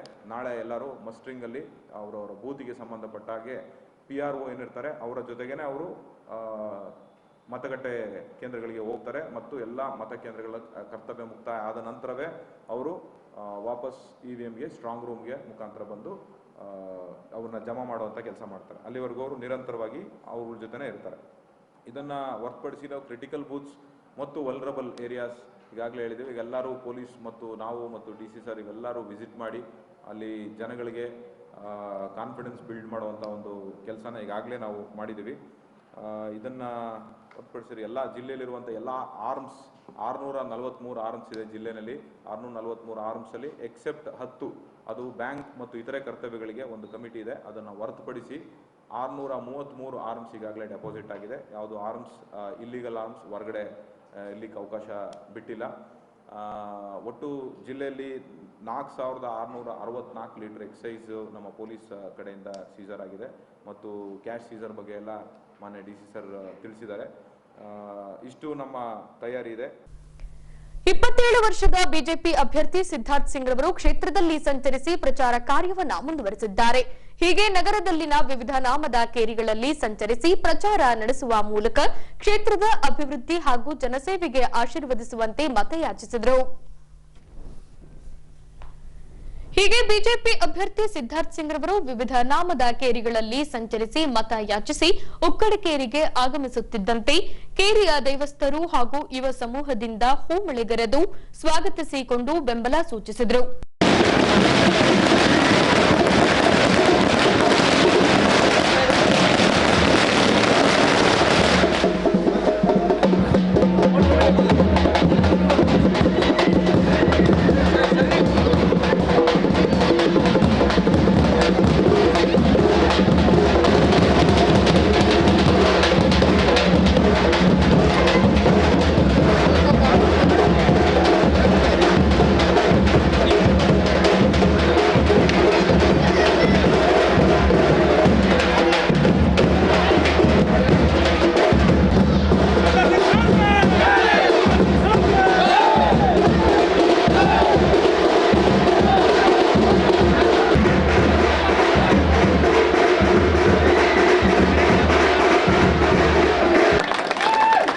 ಇವತ್ತು ನಮ್ಮಲ್ಲಿ ಸನ್ಮಾನ್ಯ ಶ್ರೀ ಸಿದ್ಧಾರ್ಥ್ ಸಿಂಗ್ ಅವರು ಮತ ಕೇಳಲಿಕ್ಕೆ ಬಂದಿದ್ದಾರೆ. ಇವತ್ತು ಸಿದ್ಧಾರ್ಥ್ ಸಿಂಗ್ ಅವರು ನಮಗೆಲ್ಲರಿಗೂ ಚಿರಪರಿಚಿತರು. ಆನಂದ್ ಸಿಂಗ್ ಅವ್ರ ಮಗ ಅನ್ನೋದಕ್ಕಿಂತ ಹೆಚ್ಚಾಗಿ ನಮ್ಮ ಮನೆ ಮಗ ಅನ್ನೋದು ನಮಗೆ ಇವತ್ತೆಲ್ಲರಿಗೂ ಗೊತ್ತಿರ್ತಕ್ಕಂಥ ವಿಚಾರ. ಇವತ್ತು ಜಿವಿಜಿಯವರನ್ನು ಮಾತಾಡ್ತಾರೆ, ಸಹನೆಯೇ ವಜ್ರದ ಕವಚದಂತೆ ಮಂಕುತಿಮ್ಮ ಅಂತಕ್ಕಂಥ ಮಾತನ್ನು ಹೇಳ್ತಾರೆ. ಹಾಗೆ ಇರ್ತಕ್ಕಂಥ ವ್ಯಕ್ತಿ ನಮ್ಮ ಸಿದ್ಧಾರ್ಥ್ ಸಿಂಗ್, ಅಷ್ಟೊಂದು ತಾಳ್ಮೆ ಇರ್ತಕ್ಕಂಥ ವ್ಯಕ್ತಿ. ಇವತ್ತು ನಾವು ಇಂಥ ವ್ಯಕ್ತಿಯನ್ನ ಚುನಾಯಿತರಾಗಿ ಅವರಿಗೆ ಮತ ಹಾಕೋದ್ರ ಮುಖಾಂತರ ನಾವು ಅವ್ರನ್ನ ವಿಧಾನಸೌಧಕ್ಕೆ ಕಳಿಸಿದ್ರೆ ನಮ್ಮ ಶಕ್ತಿ ಇನ್ನೂ ಹೆಚ್ಚಾಗ್ತದೆ ಅಂತಕ್ಕಂಥ ಮಾತನ್ನು ಹೇಳ್ತಾ, ಅದು ಆನಂದ್ ಸಿಂಗ್ ಒಬ್ರು ಮಾತ್ರ ಕೊಡ್ಲಿಕ್ಕೆ ಸಾಧ್ಯ. ಯಾಕಂದ್ರೆ ಇವತ್ತು ನಮ್ಮ ಕೇರಿಲಿ 1.5-2 ಕೋಟಿ ರೂಪಾಯಿ ಗ್ರಾಂಟ್ ತರಬೇಕಂದ್ರೆ ಅದು ಆನಂದ್ ಸಿಂಗ್ ಅವರಿಗೆ ಮಾತ್ರ ಸಾಧ್ಯ. ಸಾಗರದ ಒಳಗಡೆ ಈಜಾಡ್ಲಿಕ್ಕೆ ಎಲ್ಲರಿಗೂ ಬರಲ್ಲ. ಯಾರಿಗೆ ಈಜಾಡೋ ಶಕ್ತಿ ಐತಿ ಅವ್ರಿಗೆ ಮಾತ್ರ ಸಾಧ್ಯ ಅಂತಕ್ಕಂಥ ಆ ಶಕ್ತಿ ಇರ್ತಕ್ಕಂಥ ಸಿದ್ಧಾರ್ಥ್ ಸಿಂಗ್ ಅವರು ಹೇಗೆ ನಮ್ಮ ಆನಂದ್ ಸಿಂಗ್ ಸಾರು ಸಾಗರದೊಳಗಡೆ ಇಳಿದು ಮುತ್ತು ರತ್ನಗಳನ್ನು ತಂದ್ರು, ವಿಧಾನಸೌಧ ಅಂತಕ್ಕಂಥ ಸಾಗರದಲ್ಲಿ ಇಳಿದು ಮುತ್ತು ರತ್ನ ಯಾಕೆ ತಂದ್ರು, ಹಾಗೆ ನೀವು ಸಹ ನಿಮ್ಮನ್ನು ನಾವು ವಿಧಾನಸೌಧಕ್ಕೆ ಕಳಿಸ್ತೀವಿ. ನೀವು ಸಹ ಮುತ್ತು ರತ್ನ ವಜ್ರ ವೈಡೇರಿಗಳನ್ನು ತಂದು ನಮ್ಮ ವಿಜಯನಗರವನ್ನು ಉದ್ಧಾರ ಮಾಡ್ರಿ, ವಿಜಯನಗರವನ್ನು ಅಭಿವೃದ್ಧಿಯನ್ನು ಮಾಡ್ರಿ ಅಂತಕ್ಕಂಥ ಮಾತನ್ನು ಈಗ ಹೇಳ್ತಾ, ಎಲ್ಲರೂ ನಾವು ಮೇ 10ನೇ ತಾರೀಕು 3ನೇ ಸಾಲಿನ ಇನ್ನು ಕ್ಷೇತ್ರದಲ್ಲಿ ನಮ್ಮ ತಂದೆಯವರು ಸಾಕಷ್ಟು ಅಭಿವೃದ್ಧಿ ಕೆಲಸಗಳನ್ನ ಮಾಡಿದ್ದಾರೆ. ಇನ್ನಷ್ಟು ಅಭಿವೃದ್ಧಿ ಹಾಗೂ ಜನಸೇವೆಗಾಗಿ ನನ್ನನ್ನು ಆಶೀರ್ವದಿಸುವಂತೆ ಮತ ಯಾಚಿಸಿದರು. ಇನ್ನು ವಿರೋಧ ಪಕ್ಷದವರು ನನ್ನ ಕಿರಿಯ ವಯಸ್ಸು ಹಾಗೂ ಅನುಭವದ ಕೊರತೆ ಇದೆ ಎಂದು ಅಪಪ್ರಚಾರ ಮಾಡುತ್ತಿದ್ದಾರೆ. ಯಾರೂ ಕೂಡ ಅನುಕಂಪ ಹಾಗೂ ಒತ್ತಡಕ್ಕೆ ಒಳಗಾಗದೆ ದಿನಾಂಕ 10ರಂದು ಮತಗಟ್ಟೆಗೆ ಬಂದು ಕ್ರಮ ಸಂಖ್ಯೆ 3ರಲ್ಲಿ ಬರುವ ಕಮಲದ ಗುರುತಿಗೆ ಮತ ಹಾಕುವಂತೆ ಮತ ಯಾಚಿಸಿದರು. ಅವನಿಗೆ ಜನಪರ ಆಡಳಿತ ಕೊಡೋ ಸಾಮರ್ಥ್ಯ ಇದೆಯೋ, ತಿಳುವಳಿಕೆ ಇದೆಯೋ ಇಲ್ಲೋ, ಆಸಕ್ತಿ ಇದೆಯೋ ಇಲ್ಲೋ ನಾನು ಪ್ರಶ್ನೆಗಳನ್ನ ಕೇಳಿ ಇವತ್ತು ಜನರಿಗೆ ದಾರಿ ತಪ್ಪಿಸುವಂತ ಕೆಲಸ ಮಾಡ್ತಿದ್ದಾರೆ. ಹೌದು, ಒಪ್ಕೊಂತೀನಿ, ನಾನು ಒಬ್ಬ ಹುಡುಗಾನೆ, ಅವರ ಮುಂದೆ ನಾನು ಒಬ್ಬ ಹುಡುಗಾನೆ. ಅವರಿಗಿದ್ದಷ್ಟು ಅನುಭವದ ವಯಸ್ಸು ನನಗಿಲ್ಲ, ಅವರಿಗಿದ್ದಷ್ಟು ಅನುಭವದ ವಯಸ್ಸು ನನಗೆ ಇಲ್ಲದೆ ಇರ್ಬೋದು. ಆದರೆ ಅಭಿವೃದ್ಧಿ ಮಾಡಲಿಕ್ಕೆ ಬರೀ ವಯಸ್ಸಷ್ಟೇ ಸಾಲದು, ಜನರ ಪರವಾಗಿ ಕಾಳಜಿ ಇರಬೇಕು. ಜನರ ಪರವಾಗಿ ನಿಂತು ಅವರ ಧ್ವನಿಯಾಗಿ ಅವರ ಪರವಾಗಿ ಹೋರಾಟ ಮಾಡೋ ಗುಂಡಿಗೆ ಇರಬೇಕು ಅಂತೇಳಿ ಈ ಸಂದರ್ಭದಲ್ಲಿ ನಾನು ಹೇಳಲಿಕ್ಕೆ ಬಯಸ್ತೀನಿ. ಹೌದು, ಒಬ್ಬ ಯುವಕ, ತಾಯಿ ಸರಸ್ವತಿ ಆಶೀರ್ವಾದ ಪಡ್ಕೊಂಡಿದ್ದೀನಿ, ಕಾನೂನು ಪದವಿಯನ್ನು ಓದಿದ್ದೀನಿ, ನಮ್ಮ ಬೆಂಗಳೂರಲ್ಲಿರ್ತಕ್ಕಂಥ ಹೈಕೋರ್ಟ್ ಉಚ್ಚ ನ್ಯಾಯಾಲಯದಲ್ಲಿ 2 ವರ್ಷ ವಕೀಲನಾಗಿ ಸೇವೆ ಸಲ್ಲಿಸಿರ್ತಕ್ಕಂಥ ಅನುಭವ ನನಗಿದೆ. 13-14 ತಿಂಗಳುಗಳಿಂದ ನೇರವಾಗಿ ಜನರ ಜೊತೆ ಸಂಪರ್ಕವನ್ನು ಬೆಳೆಸಿಕೊಂಡು ನಮ್ಮ ಕ್ಷೇತ್ರದ ಸಮಸ್ಯೆಗಳನ್ನು ಹತ್ತಿರದಿಂದ ಗಮನಿಸ್ತಾ ಇದ್ದೀನಿ. 3-4 ತಿಂಗಳ ಮನೆಯನ್ನ ಬಿಟ್ಟು ನಮ್ಮ ಕ್ಷೇತ್ರದಲ್ಲಿ ಬರುವಂತ 10 ಗ್ರಾಮ ಪಂಚಾಯಿತಿಗಳಲ್ಲಿ, ಕಮಲಾಪುರಿನ 20 ವಾರ್ಡ್ಗಳಲ್ಲಿ ಹಾಗೂ ನಗರದಲ್ಲಿರ್ತಕ್ಕಂಥ 35 ವಾರ್ಡ್ಗಳಲ್ಲಿ ಗ್ರಾಮವಾಸ, ಪಟ್ಟಣವಾಸ, ನಗರದ ಗುರುಗಳು ನನ್ನ ಹಿಂದೆ ಇದ್ರೆ ನಮ್ಮ ಕ್ಷೇತ್ರದ ಸರ್ವಾಂಗೀಣ ಅಭಿವೃದ್ಧಿಯ ಗುರಿ ನನ್ನ ಮುಂದೆ ಇದೆ. ಅಮೂಲ್ಯವಾದಂಥ ಸಮಯ ಮೇ 10ನೇ ತಾರೀಕು ಬೆಳಿಗ್ಗೆ 7ರಿಂದ ಸಂಜೆ 5 ಗಂಟೆವರೆಗೆ ನಮಗೇನ 8ರಿಂದ 10, 11 ತಾಸು ಸಿಗುತ್ತೆ. ಆ ಒಂದು 8ರಿಂದ 10, 11 ತಾಸಿನಲ್ಲಿ ಮುಂದೆ ಬರುವಂಥ 5 ವರ್ಷದ ಭವಿಷ್ಯವನ್ನು ರೂಪಿಸ್ಕೊಳ್ಳೋ ಸಮಯ. ಯಾವುದೇ ಕಾರಣಕ್ಕೂ ತಾವು ಒತ್ತಡದಲ್ಲಿ ಬಂದು ಮತದಾನ ಮಾಡಕ್ಕೆ ಹೋಗ್ಬೇಡ್ರಿ, ಅನುಕಂಪದ ವಾತಾವರಣಕ್ಕೆ ಒಳಗಾಗಬೇಡ್ರಿ, ತಮ್ಮ ಮತದಾನದ ಸಾಂವಿಧಾನಿಕ ಹಕ್ಕನ್ನು ಮಾರಾಟನೂ ಮಾಡ್ಲಿಕ್ಕೆ ಹೋಗ್ಬೇಡ್ರಿ. ದುರಾದೃಷ್ಟ, ನಮ್ಮ ಒಂದು ವ್ಯವಸ್ಥೆಯಲ್ಲಿ ಚುನಾವಣೆಗಳು ಬಂದಾಗ ಎಲ್ಲರಿಗೆ ಗೊತ್ತು ಯಾವ ರೀತಿ ನಮ್ಮ ವ್ಯವಸ್ಥೆ ನಡೆಯುತ್ತೆ ಅಂಥೇಳಿ. ಆದರೆ ನಿಮ್ಮ ಒಂದು ಓಟು ನಿಮಗೆ 5 ವರ್ಷ ಕಾಪಾಡುತ್ತೆ. ಒಂದು ನೋಟು ರಾತ್ರಿ ಒಳಗಡೆ ಖರ್ಚಾಗ್ಬಿಡುತ್ತೆ. ಆಲೋಚನೆಯನ್ನ ಮಾಡಿ, ಯಾಕಂದ್ರೆ ಈ ಒಂದು ಸಾರ್ವತ್ರಿಕ ಚುನಾವಣೆ ಕಾಂಗ್ರೆಸ್ ಪಕ್ಷದ ಮುಖಂಡರ ಭವಿಷ್ಯದ ಪ್ರಶ್ನೆ ಅಲ್ಲ, ಆನಂದ್ ಸಿಂಗ್ ಅವರ ಭವಿಷ್ಯದ ಪ್ರಶ್ನೆ ಅಲ್ಲ, ಈ ನಿಮ್ಮ ಸಿದ್ಧಾರ್ಥ್ ಸಿಂಗಿನ ಭವಿಷ್ಯದ ಪ್ರಶ್ನೆನೂ ಅಲ್ಲ. ಹೊಸದಾಗಿ ರಚನೆ ಆಗಿರ್ತಕ್ಕಂಥ ನಮ್ಮ ವಿಜಯನಗರ ಜಿಲ್ಲೆಯ ಕೇಂದ್ರ ಸ್ಥಾನ ಆಗಿರ್ತಕ್ಕಂಥ ಇದೇ ನಮ್ಮ ವಿಜಯನಗರ ಕ್ಷೇತ್ರದ ಭವಿಷ್ಯದ ಪ್ರಶ್ನೆ ಅಂತೇಳಿ ನಾವು ಆಳವಾಗಿ ಅರ್ಥ ಮಾಡಿಕೊಂಡು ಕೆಲಸ ಮಾಡೋ ಅಭ್ಯರ್ಥಿಗೆ, ಜನಪರ ಕಾಳಜಿ ಇರ್ತಕ್ಕಂಥ ಯುವಕನಿಗೆ ಮೇ 10ನೇ ತಾರೀಕು ತಾವು ತಮ್ಮ ಅಮೂಲ್ಯವಾದಂಥ ಮತವನ್ನು ಭಾರತೀಯ ಜನತಾ ಪಕ್ಷದ ಕ್ರಮ ಸಂಖ್ಯೆ 3ನ ಕಮಲದ ಗುರುತಿನ ಅಭ್ಯರ್ಥಿ ಆಗಿರ್ತಕ್ಕಂಥ ಈ ನಿಮ್ಮ ಸ್ನೇಹಿತನಾಗಿರ್ತಕ್ಕಂಥ, ಈ ನಿಮ್ಮ ಮನೆ ಮಗನಾಗಿರ್ತಕ್ಕಂಥ ಸಿದ್ಧಾರ್ಥ್ ಸಿಂಗ್ಗೆ, ಈ ಒಬ್ಬ ಹುಡುಗನಿಗೆ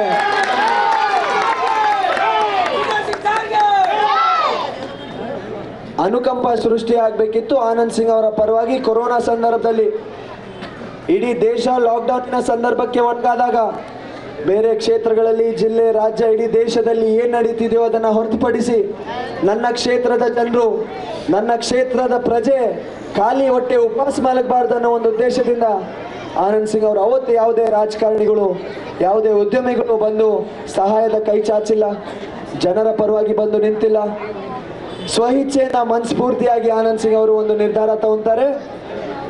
6 ಕೋಟಿ ರೂಪಾಯಿ ಖರ್ಚನ್ನು ಮಾಡಿ ಕೊರೋನಾದ ಕಂಟಕ ಇದ್ರೂ ಸಹ ಮನೆ ಬಾಗಿಲಿಗೆ ಬಂದು ಆಹಾರ ಆನಂದ ಕಿಟ್ ಅಂತ ಹೇಳಿ ಉಚಿತವಾಗಿ ವಿತರಣೆ ಮಾಡ್ತಾರೆ. ಅಕ್ಕ ತಂಗಿಯಂದ್ರೆ ಹಾಗೂ ಎಲ್ಲ ಸಮಾಜದ ಮುಖಂಡರಿಗೆ ಇವಾಗ ನಮ್ಮ ಜನಮೆಚ್ಚಿದ ನಾಯಕ ಸಿದ್ಧಾರ್ಥ್ ಸಿಂಗ್ ಅವರ ಕಾರ್ಯಗಳನ್ನು ಮೆಚ್ಚಿ ಇವತ್ತು ಕೆಲವೊಂದು ಮುಖಂಡರು ಇಲ್ಲೇ ಪಕ್ಷಕ್ಕೆ ಸೇರಿಕೊಳ್ತಿದ್ದಾರೆ. ಅವರೆಲ್ಲರಿಗೆ ಈ ತುಂಬ ಹೃದಯದಿಂದ ಸ್ವಾಗತ ಕೋರ್ತಿದ್ದೀವಿ. ಅದೇ ರೀತಿ ನಿಮಗೆ ಸಿದ್ಧಾರ್ಥ್ ಸಿಂಗ್ ಇವತ್ತು ನಾಳೆ ಬಂದು ನಿಮ್ಮ ಯಾರದಲ್ಲಿಲ್ಲ, 2 ವರ್ಷದಿಂದನೂ ಜನಸಂಪರ್ಕದಾಗಿದ್ದಾನೆ. ಒಂದು ಸಣ್ಣ ಕಥೆ ಇದೆ. ಯಾಕಂದ್ರೆ ಸಿದ್ಧಾರ್ಥ್ ಸಿಂಗ್ ಅವ್ರದ್ದು ಗೌತಮ್ ಬುದ್ಧ ಯಾವ ರೀತಿ ಇದ್ದಾರೆ ಅದೇ ರೀತಿ ಸಿದ್ಧಾರ್ಥ್ ಸಿಂಗ್ ಕೂಡ ಇದೇ ರೀತಿ ಮುಂದೆ ಜನಗಳಿಗೋಸ್ಕರ ಬರ್ತಾನೆ. ಕತೆ ಹೇಳಿಕಂತ ಕುಂತ್ಕೊಂಡ್ರೆ ಮುಂದೆ ಭಾಳ ಇದಾಗುತ್ತೆ. ಸಿದ್ಧಾರ್ಥ್ ಸಿಂಗ್ ಅವರು ಎಲ್ಲ ಜನ ಜೊತೆಗೆ ಕಂಪಲ್ಸರಿ ನಿಮ್ಮ ಜೊತೆಗೆ ಇದ್ದೇ ಇರ್ತಾರಂತಂದು ಹೇಳುತ್ತಾ ಕ್ರಮ ಸಂಖ್ಯೆ 3 ಬೋಲೋ ಭಾರತ್ ಮಾತಾ ಕಿ ಬಿಜೆಪಿಗೆ.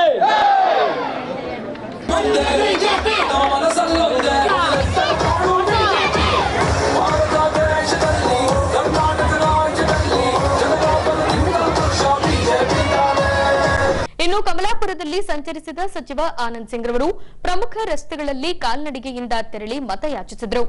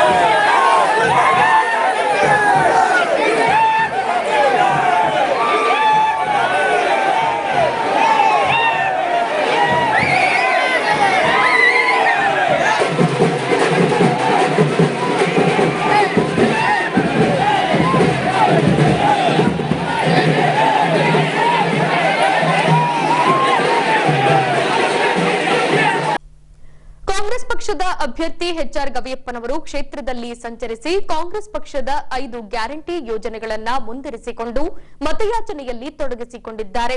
ಇನ್ನೊಂದೆಡೆ ಅವರ ಪುತ್ರ ಗುರುದತ್ತರವರ ನೇತೃತ್ವದಲ್ಲಿ ಕಾಂಗ್ರೆಸ್ ಮುಖಂಡರಿಂದ ಪ್ರತ್ಯೇಕವಾಗಿ ಪ್ರಚಾರ ಮಾಡಲಾಗುತ್ತಿದೆ. ಹೀಗೆ ಗುರುದತ್ತರವರ ನೇತೃತ್ವದಲ್ಲಿ ಕೃಷಿ ಉತ್ಪನ್ನ ಮಾರುಕಟ್ಟೆಗೆ ಆಗಮಿಸಿದ ಪಕ್ಷದ ಪ್ರಚಾರ ಸಮಿತಿಯ ಜಿಲ್ಲಾಧ್ಯಕ್ಷ ಎಚ್ಎನ್ಎಫ್ ಇಮಾಮ್ ನಿಯಾಜಿರವರು ತರಕಾರಿ ಮಾರಾಟಗಾರರಿಗೆ ಚುನಾವಣಾ ಕರಪತ್ರ ನೀಡಿ ಕ್ರಮ ಸಂಖ್ಯೆ 1ರಲ್ಲಿ ಬರುವ ಹಸ್ತದ ಗುರುತಿಗೆ ಮತ ಹಾಕಿ ಎಚ್ಆರ್ ಗವಿಯಪ್ಪನವರನ್ನ ಆರಿಸಿ ತರಬೇಕೆಂದು ಗವಿಯಪ್ಪನವರ ಪರವಾಗಿ ಮತಯಾಚಿಸಿದರು. ನಮ್ಮ ಕಾಂಗ್ರೆಸ್ ಪಕ್ಷದ ಅಭ್ಯರ್ಥಿಯಾಗಿರುವ ಸನ್ಮಾನ್ಯ ಮಾಜಿ ಶಾಸಕರು ಎಚ್ಆರ್ ಗವಿಯಪ್ಪ ಅವರ ಪರವಾಗಿ ಮತಯಾಚನೆಗೆ ನಾವು ಇವತ್ತು ಈ ನಮ್ಮ APMCಯಲ್ಲಿ ಹಮ್ಮಿಕೊಂಡಿದ್ದೀವಿ. ಎಲ್ಲ ಮತದಾರರಿಗೆ, ನಮ್ಮ ಪಕ್ಷದ ಅಭ್ಯರ್ಥಿಯವ್ರಿಗೆ ಮತ ಮಾಡುವ ಮುಖಾಂತರ ಎಲ್ಲರಿಗೆ ನಾವು ಮನವಿ ಮಾಡಿದ್ದೀವಿ. ಈ ನಮ್ಮ ಕಾಂಗ್ರೆಸ್ ಪಕ್ಷ ಬಡವರ, ದೀನ ದಲಿತರ, ಕೂಲಿ ಕಾರ್ಮಿಕರ, ರೈತರ, ಅಲ್ಪಸಂಖ್ಯಾತರ, SC ST ಪಕ್ಷ ಅಂದರೆ ಅದು ಕಾಂಗ್ರೆಸ್ ಪಕ್ಷ. ಹಾಗಾಗಿ ಈಗ ನಮ್ಮ ಪಕ್ಷ ಹಲವಾರು ಯೋಜನೆಗಳನ್ನು ಘೋಷಣೆ ಮಾಡಿದೆ. 5 ಗ್ಯಾರಂಟಿಗಳು, 2,000 ರೂಪಾಯಿ ಮನೆಗೆ ಕರೆಂಟ್ ಫ್ರೀ, ಇವೆಲ್ಲ ನಮ್ಮ ಯೋಜನೆಗಳನ್ನು ಜನರಿಗೆ ಮುಟ್ಟಿಸೋ ಮುಖಾಂತರ, ಮತ್ತು ಏನು ಇಲ್ಲಿ ರೈತರು ಕೂಡ ನಮಗೆಲ್ಲ ಭೇಟಿಯಾದರು. ಈ ರಸಗೊಬ್ಬರ ಎಲ್ಲ 5 ಪಟ್ಟು ದುಬಾರಿ ಆಯಿತು. ರೈತರದು ಇದು ಕೂಡ ಈಗ ಎಲ್ಲ ದುಬಾರಿ ಆಗಿದ್ದು, ಡೀಸೆಲ್ಲು, ಪೆಟ್ರೋಲು, ಅನಿಲ ರಹಿತ ಎಣ್ಣೆ ಎಲ್ಲ ಆಹಾರ ಧಾನ್ಯಗಳು ದುಬಾರಿ ಆಗ್ಯಾವ. ಹಾಗಾಗಿ ಜನರ ಮುಂದೆ ಹೋಗಿ ನಾವು ಇದೆಲ್ಲ ಪ್ರಚಾರ ಮಾಡ್ತು ಮುಖಾಂತರ, ಮತ್ತು ಮುಂದೆ ನಮ್ಮ ಪಕ್ಷದ ಪ್ರಣಾಳಿಕೆ ಏನು 200 ಪ್ರಣಾಳಿಕೆ ಬಿಟ್ಟಿದ್ದಾರ, ಅದು 200 ಪ್ರಣಾಳಿಕೆಯಲ್ಲಿ 2.5 ಲಕ್ಷ ಯಾರು ನಮ್ಮ ರಾಜ್ಯದಲ್ಲಿ ಉದ್ಯೋಗ ಇಲ್ಲ, ಸರ್ಕಾರ ಖಾಲಿ ಉದ್ಯೋಗಗಳನ್ನು ಕೂಡ ಫುಲ್ ಮಾಡೋ ಕೆಲಸ ಮಾಡ್ತೈತೆ ಅಂತೇಳಿ ಹೇಳಿದ್ದಾರೆ ನಮ್ಮ ಪಕ್ಷದ ಮುಖಂಡರು ಸನ್ಮಾನ್ಯ ಸಿದ್ದರಾಮಯ್ಯ ಸರ್ ಅವರು, ಡಿ ಕೆ ಶಿವಕುಮಾರ್ ಸರ್ ಅವರು. ಮತ್ತು ಆಶಾ ಕಾರ್ಯಕರ್ತರಿಗೆ 8,000 ರೂಪಾಯಿ ಅವರ ಧನ ಪಿಂಚಣಿಯನ್ನು ಜಾಸ್ತಿ ಮಾಡೋದು ಮುಖಾಂತರ, ಮತ್ತು ಅಂಗನವಾಡಿ ಕಾರ್ಯಕರ್ತರಿಗೆ 15,000, ಈ ಥರ ಭಾಳಷ್ಟು ಯೋಜನೆಗಳನ್ನು, ಮತ್ತು ರೈತರಿಗೆ 1,50,000 ಕೋಟಿ ಅನುದಾನವನ್ನು ರೈತರಿಗೆ, ಇವೆಲ್ಲ ಯೋಜನೆಗಳನ್ನು ನಮ್ಮ ಪಕ್ಷ ಹಮ್ಮಿಕೊಂಡಿದೆ. ಇದೊಂದು ತೊಗೊಂಡು ನಾವು ಜನರ ಮಧ್ಯೆ ಹೋಗಿ ನಮ್ಮ ಪಕ್ಷದ ಅಭ್ಯರ್ಥಿ ಪರವಾಗಿ ಕ್ರಮ ಸಂಖ್ಯೆ 1 ಹಸ್ತದ ಗುರುತಿಗೆ ಮತ ಹಾಕಬೇಕಂತೇಳಿ ನಾವು ಮತದಾರರಲ್ಲಿ ಮನವಿ ಮಾಡ್ತಾಯಿದ್ದೀವಿ. 10ನೇ ತಾರೀಕು ಬೆಳಿಗ್ಗೆ 7 ಗಂಟೆಗೆ ತಾವೆಲ್ಲ ಹೋಗಿ ಈ ಒಂದು ನಮ್ಮ ಪಕ್ಷದ ಅಭ್ಯರ್ಥಿಗೆ ಮತ ಹಾಕಬೇಕಂತೇಳಿ ನಾನು ಮನವಿ ಮಾಡ್ತೀನಿ. ಅಲ್ಪಸಂಖ್ಯಾತರ ಮತಗಳನ್ನ ಸೆಳೆಯುವ ನಿಟ್ಟಿನಲ್ಲಿ ಬಿಜೆಪಿ ಅಭ್ಯರ್ಥಿ ಸಿದ್ಧಾರ್ಥ್ ಸಿಂಗ್ ರವರು ಅಲ್ಪಸಂಖ್ಯಾತರ ಮುಖಂಡರ ದ್ವಾರ ಪ್ರಚಾರ ಕೈಗೊಂಡಿದ್ದಾರೆ. ಈ ಭಾಗವಾಗಿ ದಿಲ್ಲಿ ಬಜಾರ್ ಸ್ವಾಮಿಯ ನೇತೃತ್ವದಲ್ಲಿ ಕಳೆದ 10-15 ದಿನಗಳಿಂದ ನೂರಾರು ಕಾರ್ಯಕರ್ತರ ಸಹಕಾರದೊಂದಿಗೆ ವಿವಿಧ ವಾರ್ಡ್ಗಳಲ್ಲಿ ಸಂಚರಿಸಿ ಬಿಜೆಪಿ ಅಭ್ಯರ್ಥಿ ಪರವಾಗಿ ಮತಯಾಚಿಸಲಾಗುತ್ತಿದೆ. ಹೀಗೆ ನೂರಾರು ಕಾರ್ಯಕರ್ತರೊಂದಿಗೆ ಎಸ್ಆರ್ ನಗರಕ್ಕೆ ಆಗಮಿಸಿದ ಡೆಲ್ಲಿ ಬಜಾರ್ ಸ್ವಾಮಿರವರು ಇಲ್ಲಿನ ಗಲ್ಲಿಗಳಲ್ಲಿ ರೋಡ್ ಶೋ ನಡೆಸಿ ಬಿಜೆಪಿ ಅಭ್ಯರ್ಥಿ ಸಿದ್ಧಾರ್ಥ್ ಸಿಂಗ್ ರವರ ಪರವಾಗಿ ಮತಯಾಚಿಸಿದರು. ಈ ವೇಳೆ ಮುಸ್ಲಿಂ ಮತದಾರರು ಸಿದ್ಧಾರ್ಥ್ ಸಿಂಗ್ ರವರಿಗೆ ಬೆಂಬಲಿಸುವಂತೆ ಕೋರಿಕೊಂಡರು. ಇನ್ನು ಅಭ್ಯರ್ಥಿ ಸಿದ್ಧಾರ್ಥ್ ಸಿಂಗ್ ರವರು 27 ವರ್ಷದ ಯುವ ನಾಯಕನಾಗಿದ್ದು, ಈ ಅಭ್ಯರ್ಥಿಯನ್ನ ಆರಿಸಿ ತಂದಲ್ಲಿ ಕ್ಷೇತ್ರದ ಅಭಿವೃದ್ಧಿ ಸೇರಿದಂತೆ ಬಡವರ ಸಂಕಷ್ಟಗಳಿಗೆ ಸ್ಪಂದಿಸಲಿದ್ದಾನೆಂದು ಡೆಲ್ಲಿ ಬಜಾರ್ ಸ್ವಾಮಿಗಳು ಈ ವೇಳೆ ಮತದಾರರಲ್ಲಿ ಭರವಸೆ ಮೂಡಿಸುವ ಮೂಲಕ ಬಿಜೆಪಿ ಅಭ್ಯರ್ಥಿ ಪರವಾಗಿ ಮತಯಾಚಿಸಿದರು. ನಾನಿವತ್ತು ಮತ್ತೆ 17ನೇ ವಾರ್ಡ್ ಎಸ್ಆರ್ ನಗರ್ಗೆ ಬಂದಿದ್ದೀನಿ. ನಮ್ಮ ಅಲ್ಪಸಂಖ್ಯಾತ ಮುಸ್ಲಿಮ್ಸ್ ಹೆಣ್ಮಕ್ಳು ಎಲ್ಲರೂ ಇಲ್ಲಿ ಬಂದಿದ್ದಾರೆ. ಎಲ್ಲರಿಗೂ ಗೊತ್ತು, ಸಿದ್ಧಾರ್ಥ್ ಸಿಂಗ್ ಅವರು ಸಣ್ಣ ವಯಸ್ಸಿನಾಗ ನಮ್ಮ ಇಡೀ ಕರ್ನಾಟಕ ಒಳಗ ಮೊಟ್ಟ ಮೊದಲ ಸಾರಿಗೆ ಸಣ್ಣ ವಯಸ್ಸಿಗೆ 26 ವಯಸ್ಸು ಹುಡುಗಿಗೆ ಸಿದ್ಧಾರ್ಥ್ ಸಿಂಗ್ಗೆ ಕೊಟ್ಟಿದ್ದಾರೆ ಟಿಕೆಟು. ನೀವು ಅಭ್ಯರ್ಥಿ ಆಗಿ ನಿಂತಿದ್ದಾರೆ ಸಿದ್ಧಾರ್ಥ್ ಅವರು. ಬಹುಮತದಿಂದ ಗೆಲ್ಲಿಸ್ಬೇಕಂತ ವಿನಂತಿಯನ್ನು ಮಾಡ್ಕೊತಿದ್ದೀನಿ. ಅವರು ಇನ್ನೊಂದು ಮಾತೇನೆಂದರೆ, ನಮ್ಮ ಮುಸ್ಲಿಮ್ಸ್ ಹೆಣ್ಮಕ್ಕಳಿಗೆ, ಅಕ್ಕ ತಂಗಿಯರಿಗಾಗಿರ್ಬೋದು, ಅಣ್ಣ ತಮ್ಮರಾಗಿರ್ಬೋದು, ನಮ್ಮ ತಾಯಿಯವ್ರಿಗಾಗಿರ್ಬೋದು, ನಾನು ಏನು ಇಷ್ಟಪಟ್ಟಿದ್ದೆ ಅಂದರೆ, ಇವರು ಮಾತು ಕೇಳಬೇಡ್ರಿ. ಸಿದ್ಧಾರ್ಥ್ ಸಿಂಗ್ ಸಣ್ಣ ಹುಡುಗ ಇದ್ದಾನ, ಓಡೋ ಕುದ್ರಿ ಪ್ರತಿಯೊಂದು ಮೊನ್ನೆ ಬಂದಿದ್ದಾನೆ. ಪ್ರತಿಯೊಂದು ನಮ್ಮ ಅಲ್ಪಸಂಖ್ಯಾತರಿಗೆ ಏನಿದೆ ಏನಿಲ್ಲ ಅಂತ ಕಷ್ಟವನ್ನು ಕೇಳಿದ್ದಾನೆ. ಅವನ ಕೈ ಅಷ್ಟು ಅನುಕೂಲವನ್ನು ಮಾಡಿ ಹೋಗಿದ್ದಾನೆ. ಮುಂದೆ ನಿಮಗೆ ಒಳ್ಳೇದಾಗಬೇಕಂದ್ರೆ, ನಮ್ಮ ಎಸ್ ಆರ್ ನಗರದಲ್ಲಿ ಕೆಲಸಗಳು ಆಗಬೇಕಂದ್ರೆ, ಅಭಿವೃದ್ಧಿ ಆಗಬೇಕಂದ್ರೆ ಯಾರು ಇವ್ರ ಮಾತು ಕೇಳಬೇಡ್ರಿ. ಓಟ್ ಹಾಕ್ರಿ ಸಿದ್ಧಾರ್ಥ್ ಸಿಂಗ್ಗೆ. ಇದೇ ಮೇ 10ನೇ ತಾರೀಕಿಗೆ 7 ಗಂಟೆಯಿಂದ ಹಿಡಿದು ಸಾಯಂಕಾಲ 5:30ವರೆಗೆ ಇರ್ತೈತೆ. ಕಷ್ಟಪಡ್ರಿ. ನಂಬರ್ 3 ಓಟಿಗೆ ಹಾಕ್ರಿ ಸಿದ್ಧಾರ್ಥ್ ಸಿಂಗಿಗೆ. ಮತ್ತು 15 ವರ್ಷದಿಂದ ಯಾವ ಥರ ಇತ್ತು, ಆನಂದ್ ಸಿಂಗ್ ಅವರು ಏನೇನೋ ಅಭಿವೃದ್ಧಿ ಮಾಡಿದ್ದಾರೆ ಅದು ಎಲ್ಲ ನಿಮಗೆ ಗೊತ್ತಿತ್ತು. ಮತ್ತೆ ಒಬ್ಬರು ಬಂದು ಅಭಿವೃದ್ಧಿ ಮಾಡ್ತಾರೆ ಅಂದ್ರದ್ದು ಮಾಡೋಕ್ಕೆ ಸಾಧ್ಯ ಆಗಲ್ಲ. ಮತ್ತೆ ಒಂದು ಏನಂದರೆ, ಭಾಳಷ್ಟು ಮಂದಿ ಕಾಂಗ್ರೆಸ್ ಅವರು 10 kg ಅಕ್ಕಿ ಕೊಡ್ತೀವಿ, 2,000 ರೂಪಾಯಿ ಕೊಡ್ತೀವಿ, 5 ಗ್ಯಾಸ್ ಕೊಡ್ತೀವಿ ಅಂತೇಳಿ ಇವೆಲ್ಲ ಸುಳ್ಳು ಹೇಳೋದವರು. ಮೊದಲಿಂದ ಅದೇ ಸುಳ್ಳು ಹೇಳ್ಕೊಂಬಂದಿದ್ದಾರೆ. ನಮ್ಮ ಮುಸ್ಲಿಮ್ಸ್ಗೆ ಬರೇ ಓಟ್ ಬ್ಯಾಂಕ್ ಮಾಡ್ಕೊಂತಾರೆ. ಅದು ಇದು ಹೇಳಿ ಕಾಂಗ್ರೆಸ್ ಅವರು ನಮಗೆ ಅಲ್ಲೇ ಇಕ್ಕಿದ್ದಾರೆ. ನಮ್ಮ ಅಕ್ಕ ತಂಗಿಯರು ಮುಸ್ಲಿಮ್ಸ್ ಅವ್ರಿಗೆ ಹೇಳ್ತೀನಿ, ಈ ಸಲ ನೀವು ಆನಂದ್ ಸಿಂಗ್ ಮಗುಗೆ ನೀವು ಅಭಿದವಾಗಿ ಓಟು ಕೊಟ್ಟರೆ, ನಾಳೆ ಅವ್ರ ಮಗ ನಮ್ಮ ಓಣಿಗೆ ಬಂದು ಒಂದು ಮನೆ ಮಗ ಆಗಿ ಕೆಲಸ ಮಾಡ್ತಾನೆ ಅಂತೇಳಿ ವಿನಂತಿ ಮಾಡ್ತೀನಿ. ಈಗ ಪೊಲೀಸ್ ಪ್ರಕಟಣೆ. ಎಷ್ಟೇ ಹಳೆಯ ಬಂಗಾರವಿರಲಿ, ಪಾಲಿಶ್ ಮಾಡಿದ ಮೇಲೆ ಹೊಸದೇ ರೀತಿಯಲ್ಲಿ ಕಾಣ್ತದೆ ತಾಯಿ ನೋಡಿ.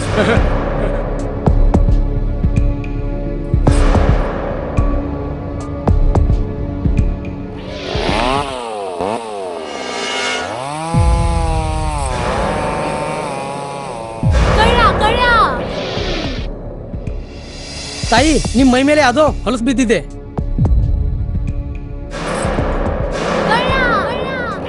ಇಲ್ಲಿ ತಾಯಿ, ನಾನು ಪೊಲೀಸ್. ಅಲ್ಲಿ ಮುಂದೆ ದಾರಿಲಿ ದೊಡ್ಡ ಗಲಾಟೆ ಆಗಿದೆ. ಮತ್ ನೀವು ಇಷ್ಟೆಲ್ಲ ಒಡವೆ ಹಾಕೊಂಡು ತಿರುಗಾಡ್ತಾ ಇದ್ದೀರಾ. ಈ ಒಡವೆಗಳನ್ನ ಈ ವಸ್ತ್ರದಲ್ಲಿ ಕಟ್ಟಿ ಪರ್ಸ್ನಲ್ಲಿ ಇಡಿ. ಹಾಕಿ ಪರ್ಸ್ನಲ್ಲಿ ಇಡೋಣ. ಅಲ್ಲೇ ಮುಂದ್ಗಡೆ ಆಗಿದೆ. ಇದು ತಗೊಳ್ಳಿ ತಾಯಿ. ನಾನು ಬರ್ತೀನಿ. ಈ ಕಡೆಯಿಂದ ಹೋಗಿ.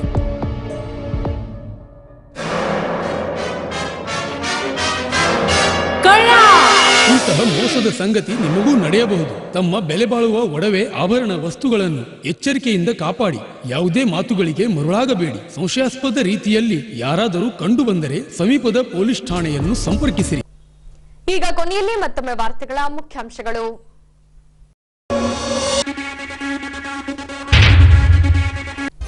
ಪ್ರಕಟಗೊಂಡ 10ನೇ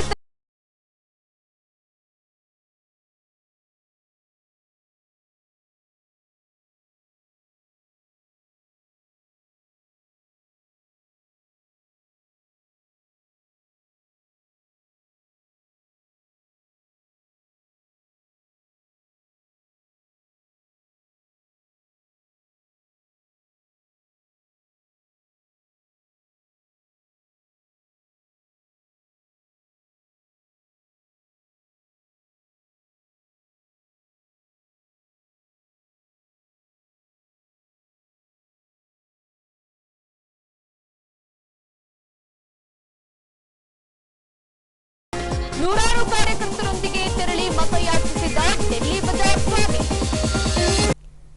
ಇಲ್ಲಿಗೆ ವಾರ್ತಾ ಪ್ರಸಾರ ಮುಕ್ತಾಯವಾಯಿತು. ದೈನಂದಿನ ಆಗುಹೋಗುಗಳ ಮಾಹಿತಿಗಾಗಿ ವೀಕ್ಷಿಸಿ ವಿಜಯನಗರ ಸುದ್ದಿವಾಹಿನಿ. ನಾನು ತೇಜಸ್ವಿನಿ ಪಿ ಪಾಟೀಲ್. ನಮಸ್ಕಾರ.